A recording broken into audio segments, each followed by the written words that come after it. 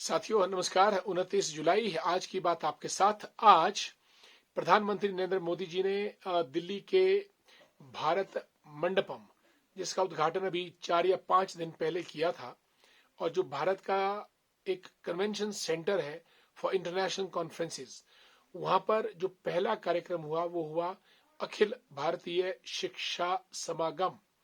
This was the first ever program conducted in Bharat Mandapam by the Government of India.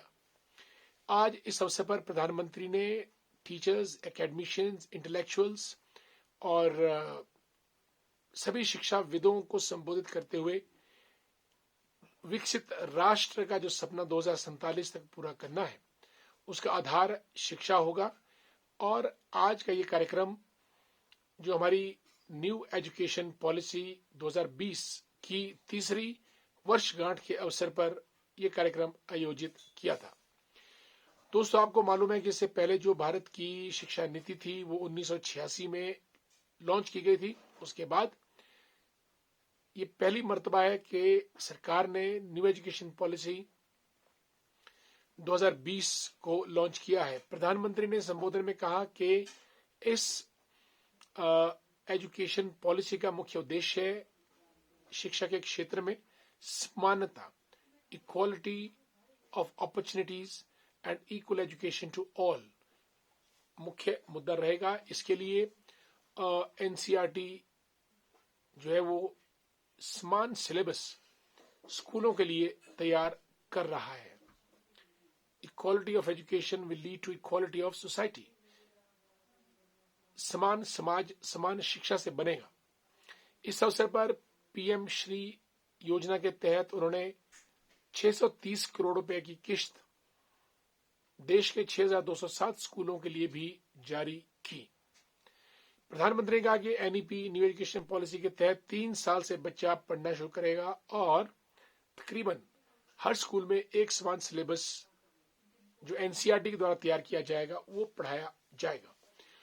उन्होंने कहा कि शिक्षा एक ऐसा अस्त्र शस्त्र वेपन है जिससे नए समाज का निर्माण हो सकता है, और कल का भारत विकसित भारत तभी बनेगा जब देश में शिक्षा का प्रचार प्रसार और उसका समग्र विकास हो सके। उन्होंने कहा कि आज ग्लोबल यूनिवर्सिटीज भारत आ रही हैं अपना कैंपसेस खोलने, और भारत ने भी, जैसे हमारा आईआईटीज है, आईआईटी के 2 कैंपस आबू धाबी और जंजीबार में खोले जा चुके हैं, और जगह भी भारत के प्रीमियर इंस्टीट्यूशंस के कैंपसेस खुलेंगे। और उन्होंने ये भी कहा कि आज देश में 10+2 सिस्टम से मुड़कर हम 10+3+3+4 के मोड पे आ चुके हैं, जिससे कि शिक्षा हासिल करने में आसानी हो रही है और समानता का विकास हो रहा है। और भारत का जो फ्यूचर रेडी प्रोग्राम है वो एजुकेशन पर ही आधारित हो सकता है, और education should be equal, inclusive and appropriate.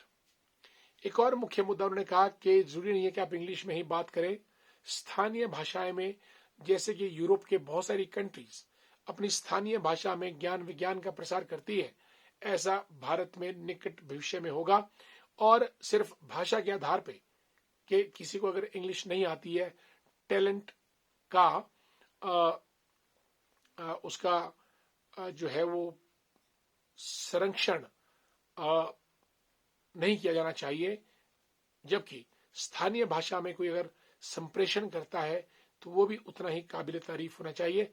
और सोशल साइंसेज से इंजीनियरिंग तक अब स्थानीय भाषाओं में तकरीबन 12 लैंग्वेजेस में शिक्षा का प्रचार प्रसार किया जाएगा।